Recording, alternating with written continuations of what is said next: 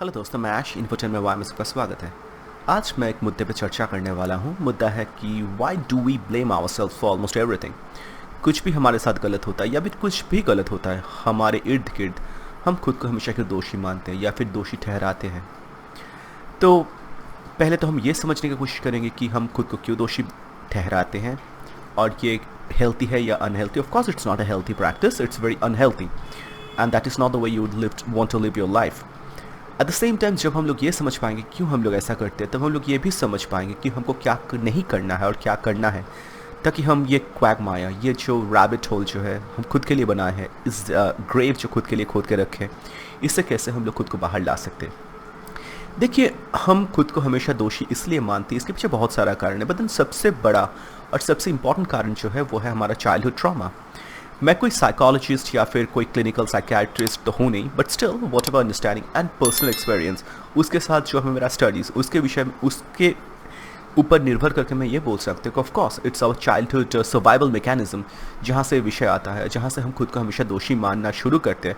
और वही जो अनहेल्थी चाइल्डहुड सर्वाइवल मैकेनिज्म हमारे अंदर होता है, वही आगे चल के हमारा ये फियर साइकोसिस होता है ये, या फिर हमारा जो इस particular way of life, the particular way of looking at this world, ये हमारे अंदर एकदम डीप रूटेड फर्मली एस्टैब्लिश हो जाता है और हम इससे बाहर नहीं निकल पाते।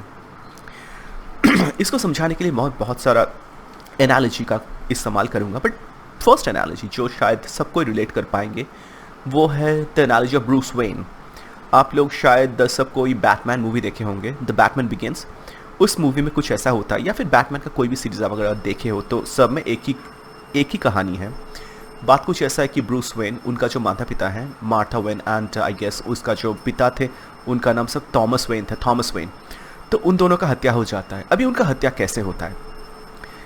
ऐसा कुछ होता है कि ब्रूस जब बच्चा होता है, 10 साल का बच्चा, तब वो कोई थिएटर में मूवीज़ वगैरह, या नॉट एग्जैक्टली मूवी, कोई थिएट्रिकल परफॉर्मेंस देखने वो गए थे अपने माता पिता के साथ। और ब्रूस को कुछ सीन्स वगैरह देख के वहाँ पे डर जाते वो, और वो अपने माता पिता से रिक्वेस्ट करते कि मुझे यहाँ से लेके चलिए, मैं यहाँ पे कंफर्टेबल नहीं हूँ। और जब उनका माता पिता को समझ आता है कि बच्चा कंफर्टेबल नहीं हो रहा है या फिर वो डर रहा है, तो माता पिता जो है एलीवे से, एक साइड वाला जो अंधेरी वाली गली, वहाँ से वो लोग निकल के आते हैं। एंड उस टाइम में होता क्या है कि कुछ लुटेरे वगैरह, डाकू, वो लोग आते हैं एक्सटॉर्ट करने के लिए। I mean not exactly extortion, वो लूट करने के लिए आते हैं, उसके पास जितना भी पैसा वगैरह होता है वो सब लेने के लिए। एंड ड्यूरिंग द स्कफल हाथापाई होता है, तो उनको गोली मार के उनका हत्या कर दिया जाता है। दैट इज़ टू से ब्रूस के माता पिता का, दैट इज़ टू से बैटमैन के माता पिता का हत्या हो जाता है उन क्रिमिनल्स के माध्यम से। इसके बाद से होता कुछ ऐसा है कि ब्रूस हमेशा खुद को दोषी मानता रहता है। अभी इस मुद्दे का दो पहलू है। पहला तो है क्या ब्रूस खुद, एक तरीके से अगर बताया जाए चेन ऑफ इवेंट्स, अगर आप देखोगे चेन ऑफ इवेंट्स, एक चीज़ से दूसरा चीज़, जिसको हम लोग डोमिनो इफेक्ट बोलते हैं, उस हिसाब से अगर देखा जाए तो yes probably a one thing led to the other. अगर ब्रूस उस टाइम में डरता नहीं तो उनके माता पिता को वहाँ वापस आना नहीं पड़ता, उस रास्ते से शायद वो लोग कभी नहीं आते और ये घटना घटने से वो लोग बच जाते। तो इस तरीके से अगर देखा जाए तो शायद ऑफकोर्स वो वाला जो इंसिडेंट, उसका ब्रूस का डरना और उसके बाद उसका माता पिता का उस रास्ते से बाहर आना, फिर उनका जो हत्या हो जाना, इसके पीछे ब्रूस का वो डरना या फिर उसको माता पिता का फोर्स करना, ये एक रीज़न हो सकता है। बट हम लोग ये कभी नहीं बोल सकते, या फिर हमको ये बोलना सही नहीं है हमारे लिए, कि Bruce itself, he himself is responsible for the death of his mother, for parents. क्योंकि ऐसा भी तो हो सकता था कि वैसा कुछ ना हो, वहाँ पे क्रिमिनल्स रहेगा, वो कैसे जान सकते थे? तो ऑफकोर्स हम लोग बाय एंड लार्ज अगर ब्लेम करें भी तो हम लोग ये समझ सकते कि no, it is not his fault. तो हमेशा वो इसी आइडिया के साथ जीता है, या फिर एक फॉल्टी अजम्पशन के साथ जीता है कि मेरे माता पिता का जो हत्या है मेरे कारण से होता है, मेरे डर कारण से, या फिर मेरे कारण से होता है। और उसी कारण से वो जो है ब्रूस अल्टीमेटली आके बन जाता है क्राइम, जो है क्राइम रोकना। He become the cape crusader, सारा शहर में वो घूमता रहता है, क्राइम को रोकता है वगैरह। तो ये ब्रूस का स्टोरी बता के मैं आपको ये समझाने का कोशिश किया कि हमारा कुछ चीज़ जो है, हमारा फॉल्टी अजम्पशन यहाँ पे हो जाता है। और फॉल्टी अजम्पशन ऐसा है कि आप इसको डिफाइन करना या फिर डिफरेंशिएट करना बड़ा मुश्किल हो जाता है कि सच में ये आपका दोष था या फिर नहीं। दूसरा मैं अगर एग्जाम्पल एक दूँ, मान लीजिए कि आपका पापा आप पे गुस्सा हुए, क्यों? आप दूध गिरा दिए, तो आपके ऊपर बहुत नाराज़ हुए, आपके बहुत डांटे, या फिर आपको बहुत अनाप शनाप बोले और ऐसा कुछ बोले जो आपको उनको बोलना नहीं चाहिए था कि तू बहुत ही फालतू लड़का है, तू एकदम यूज़लेस है। अभी एज़ अ चाइल्ड आपका सोच क्या होना चाहिए, या फिर हम कैसे सोचना शुरू करते हैं? आपको लगता है, बच्चे को लगने लगता है कि शायद मेरा ही गलती है, राइट? अदरवाइज़ पापा हमेशा मेरे ऊपर इतना क्यों गुस्सा होते हैं? मुझे क्यों हमेशा डाँटा जाता है? सबको तो ऐसा नहीं किया जाता, सब बच्चे के साथ तो ऐसा बर्ताव नहीं किया जाता है उनके पेरेंट्स के द्वारा। हम लोग ये नहीं सोच पाते हैं कि शायद पापा इस टाइम में कुछ ख़राब सिचुएशन से गुज़र रहे हैं, उनका दिमागी हालत उतना सही नहीं है, वो शायद अपने वर्क के स्ट्रेस से गुज़र रहा है। There could be hundreds of reasons, but then हम लोग जब बच्चे होते हैं, हम लोग शॉर्टकट लेते हैं, हमारा ब्रेन जो है एक शॉर्टकट लेता है, ईज़ी तरीके से इस चीज़ को एनालाइज़ करने का कोशिश करते हैं, और हम लोग इस नतीजे पहुँचते हैं क्योंकि हमारे साथ ख़राब किया जा रहा है, तो हम जो है वी आर एट फॉल्ट, हम लोग गलत है, हम लोग ख़राब है, इसलिए हम बच्चे जो है वो सोचते कि मैं गलत हूँ, इसलिए हमारे साथ और मेरे साथ ऐसा बुरा बर्ताव होता है। ये एक तरीके से कॉग्निटिव शॉर्टकट जो है, हमारा ब्रेन जो है शॉर्टकट लेता है, और ये एक तरीके से एक सर्वाइवल मैकेनिज्म भी है। क्यों? अगर आप अपने केयर गिवर, जो आपका पेरेंट्स है, वो आपका प्राइमरी केयर गिवर्स होते हैं, आप अगर उनका फॉल्ट खोज पाओ, या फिर आप अगर समझ पाओ कि हाँ उनमें गलती है, तब आप कुछ खास कर नहीं सकते, right? Because at that point आप एकदम एकदम एकदम वल्नरेबल होते हो, आप दुनिया में कुछ भी चीज़ बदल नहीं सकते सिवाय खुद के। तो आप दोष खुद के ऊपर लेते हो, और उससे फ़ायदा ये होता है कि आपको लगता है कि शायद अगर मैं बदल जाऊँ, या फिर मैं अच्छे तरीके से बर्ताव करूँ, मैं अगर सुधर जाऊँ, तो मम्मी पापा हमसे खुश रहेंगे। और इसको बोलते हुए मुझे और एक एनालॉजी समझ आ रहा है, या फिर दिमाग में आ रहा है, वो है ब्लेम द विक्टिम मेंटालिटी। ये हम खुद भी करते हैं, एक सेंस ऑफ कंट्रोल हमको आता है हमारे ऊपर। अगर जब हम लोग ये करते हैं ना, ब्लेम द विक्टिम मेंटालिटी, हम लोग जब विक्टिम को ब्लेम करते हैं, एक सेंस ऑफ कंट्रोल हमारे ऊपर आता है, और हम खुद के ऊपर लाते हैं, खुद को लगता है कि everything is not out of control. एक एग्जाम्पल दूँ, खराब एग्जाम्पल है, but then just bear with me. जब किसी का रेप हो जाता है, कोई लड़की का बलात्कार रेप हो जाता है, तो बहुत कोई जो होते हैं लड़की को ब्लेम करते हैं कि वो शायद रिवीलिंग क्लोथ्स वगैरह, कपड़े वगैरह पहने, तो इसके लिए उसका जो है ये हुआ। तो अगर कोई लड़का या फिर कोई मर्द ये चीज़ बोलता है, तो हम लोग स्ट्रेट अवे उसको बोलेंगे कि that person is a sexist guy. पर अभी मज़े का बात तो ये है कि सबसे ज़्यादा लड़की ये चीज़ को बोलते हैं। जो लड़की है वो खुद ही बोलते हैं कि वो लड़की के साथ ऐसा हुआ क्योंकि वो रिवीलिंग क्लोथ्स वगैरह पहनते हैं, रात रात तक घूमते हैं। बट क्यों? सब कोई ख़राब है ऐसे इसलिए बोलते हैं, वो लोग ख़राब इंसान है इसलिए विक्टिम को ब्लेम करते हैं? Not exactly. हम लोग विक्टिम को ब्लेम इसलिए करते हैं क्योंकि हमको एक सेंस ऑफ कंट्रोल दिया जाए, हम लोगों को लगता है कि हमारे ऊपर हम जो है सिचुएशन कंट्रोल कर सकते हैं, सब कुछ आउट ऑफ कंट्रोल नहीं है। कैसे? मान लीजिए कि मैं अगर रिवीलिंग क्लोथ्स नहीं पहनूं, मतलब वैसा शरीर दिखाने वाला कपड़ा नहीं पहनूं, या फिर रात देर तक लड़कों के साथ नहीं घूमूं या अकेला नहीं घूमूं, तो शायद मेरे साथ ऐसा नहीं होगा।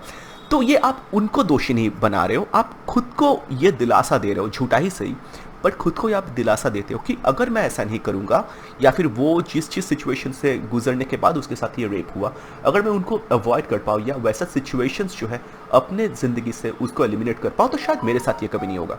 Similarly same goes with cancer victims.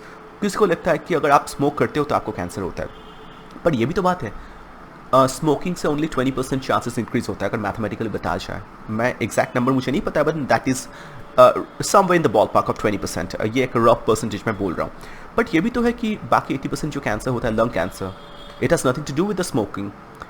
तो जब हम लोग ये बोलते हैं कि smoking causes cancer, of course it does, but सिर्फ स्मोकिंग कॉजेज कैंसर या लंग कैंसर, तब भी हम खुद को एक सेल्फ एश्योरेंस देते हैं, फॉल्स एश्योरेंस दो it is, although it is a false assurance, but we like to provide ourselves with a false assurance, क्योंकि हमको ये लगता है कि अगर हम स्मोकिंग नहीं करेंगे तो हमको कैंसर नहीं होगा। और जिनको होता है वो स्मोकिंग करते हैं, उनका गंदा लाइफस्टाइल है, वो लोग ये करते हैं वो करते हैं, ख़राब तरीके से शराब पीते, दारू पीते, वो सब करते हैं, इसलिए उनका हुआ है। अगर हम लोग अच्छे से जिए लाइफ तो हमारा कुछ नहीं होगा।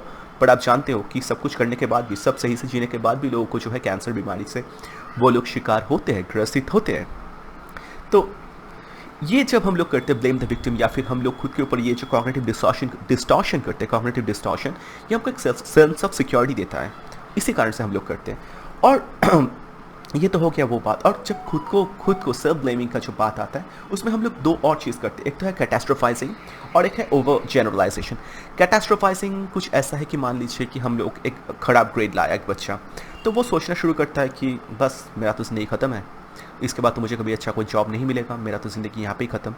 आपको पता है ऐसा सही नहीं है, कुछ भी फ़र्क नहीं पड़ता है। आप अगर एक बार खराब ग्रेड लाए तो definitely you will have next chance, you will always have second option, second, third, fourth, you will always have options along the way down the line. तो ये ओवर जनरलाइजेशन होता है। कैटास्ट्रोफाइजेशन, ओवर जनरलाइजेशन क्या होता है? हम लोग मानते हैं कि चलो हमारे साथ ये गलत हो गया, या फिर कोई हमको रिजेक्ट कर दिया, हमको ये जॉब नहीं मिला, तो मैं तो यूज़लेस हूँ, मुझे तो कभी कुछ नहीं मिलेगा। ये हो गया ओवर जनरलाइजेशन। बट आपको पता है ये सही नहीं है। Amitabh Bachchan, the best of the best Bollywood actor, living legend, उनको इनिशियल डेज में बहुत जगह से रिजेक्ट किया गया था। हर जगह से उनको बोला गया था ही इज़ टू टॉल, उनका वॉइस जो है बहुत भारी है।